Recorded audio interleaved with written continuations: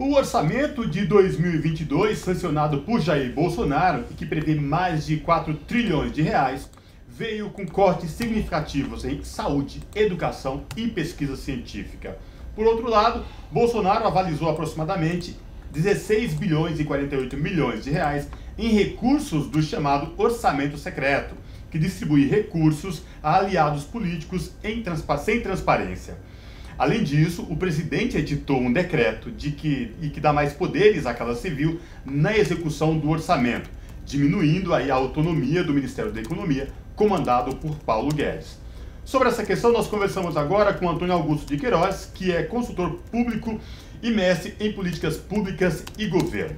Olá, Antônio Augusto de Queiroz, prazer em falar contigo, seja muito bem-vindo. Olá, boa noite, obrigado. Boa noite. Boa noite, o prazer é todo nosso.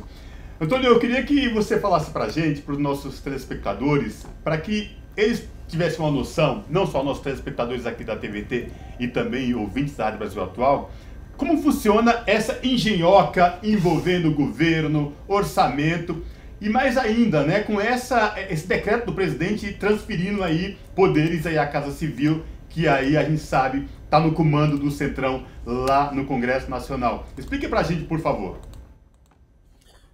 Pois é, orçamento é uma coisa muito séria. É através do orçamento, esse instrumento público, que o governo planeja e estabelece as prioridades de gasto do Estado, né? E na medida em que o governo está utilizando esse orçamento para comprar apoio político, isso é extremamente temerário, né? Numa transferência de ordenamento de despesa de um órgão que tem toda uma tradição no sentido de autorizar e validar o gasto de acordo com os limites orçamentários e estritamente dentro daquilo que foi aprovado pelo Congresso Nacional, o atual governo tem transferido para um agente político, um representante do Centrão na Casa Civil, a decisão sobre como aplicar esse recurso, como você bem mencionou, através desse decreto. Então, é uma manipulação do orçamento público para favorecer e criar condições para que o governo tenha apoio no Congresso. Esse governo foi eleito, num primeiro momento, com um discurso antissistema, né, anti-establishment, anti-político tradicional, e depois teve que buscar o Centrão para se blindar em relação a um eventual pedido de impeachment, já que preocupação com políticas públicas de interesse do povo, esse governo não tem nenhuma. Isso está demonstrado ao longo desses 3 anos de exercício de mandato. Sem dúvida. Ainda sobre tudo isso, ou melhor, seguindo na esteira do que o senhor falou aí por fim, né, do real interesse do atual governo, que é justamente tentar, em frangalhos, se manter, garantir alguma governabilidade que seja, e por isso acabou jogando no colo do Ciro Nogueira, cacique do Centrão ou direitão, como, né, melhor dizendo, essa gestão do orçamento. Eu queria falar agora do tal do orçamento secreto, que diz respeito também a dotações orçamentárias mais localizadas. Como que vai se operar isso nesse toma lá da cá e qual a sua avaliação nesse momento tão complicado que a gente está vivendo, termos ainda esse orçamento secreto, que a própria palavra secreto, na expressão dele, já nos dá uma dimensão de falta de transparência, Antônio? Pois é, olha, historicamente, existia 3 tipos de emendas que os parlamentares podiam apresentar para o orçamento. As emendas individuais, que a partir de 2015 passaram a ser impositivas, e elas representam 1,5% de toda a receita, 1,2% de toda a receita da União, tem como limite 1,5% de toda a receita da União, e cada parlamentar, portanto, seja de situação ou de oposição, ele tem direito a apresentar emendas, no caso de 2021, no valor de 16 milhões e 300 mil. Então, todos indistintamente. É um critério adequado, democrático, que os parlamentares utilizam com transparência para distribuir para suas bases. A segunda possibilidade de emendas são as emendas de bancadas estaduais, que também passaram a ser impositivas a partir de 2019 e pode-se usar, por intermédio desse tipo de emenda de bancadas estaduais, até 1% das receitas brutas da União. Portanto, é um montante também muito significativo, muito próximo daquelas das emendas individuais. A terceira possibilidade de emenda são as emendas de comissões, que não têm caráter impositivo nem limite, mas também não têm obrigatoriedade de executar. Muito bem, essas três emendas, pelo regramento da Lei de Diretriz Orçamentária, elas têm que ser aplicadas, têm que ser executadas com muita transparência, identificando não apenas o projeto para o qual se destina, mas também quem é o autor dessa emenda, né? Portanto, quem a patrocinou e com que objetivo. Né? Bom, esse era o modelo. A partir de 2019, no governo Bolsonaro, quando o Centrão vem para a sua base, ele não tinha como convencer os parlamentares a apoiá-lo, tendo como contrapartida a liberação dessas emendas que, historicamente, já são transparentes, que são direitos parlamentares, que é praticamente impositivo. Né? Então, o que ele faz? Ele cria um mecanismo que é o chamado orçamento do relator, que foi apelidado de orçamento secreto. Esse orçamento não tem qualquer transparência. Em 2019, ele representou algo como 20 bilhões de reais. O relator desse orçamento, que autorizava esse gasto, era um deputado do PSD do Ceará, chamado Domingos Neto. Ele e o então presidente do Senado, Davi Alcolumbre, é que autorizavam os ministérios a executar esses gastos a partir de um pedido do relator direcionado para os parlamentares que, primeiro, apoiassem o governo e, segundo, que votassem nos candidatos do governo à presidência das casas. Em 2020, esse orçamento foi também muito... Em 2021 foi 18,5 bilhões, o relator foi o senador Márcio Bittar, continuou o mesmo padrão. E para 2022 estão previstos 16,22 bilhões com a mesma finalidade.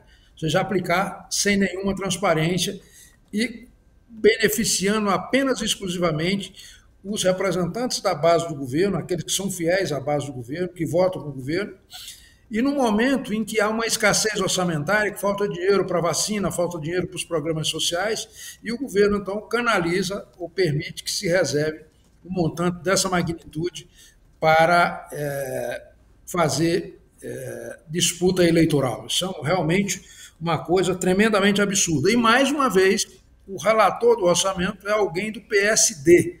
Engraçado, né? O PSD é a oposição, do ponto de vista formal, mas, na realidade, é quem administra o orçamento, a maior parcela do orçamento. Por isso se compreende essa situação do Kassab ali, de não ser esquerda nem direita, pelo contrário. Bem lembrado. Você é consultor político e mestre em políticas públicas e governo, né?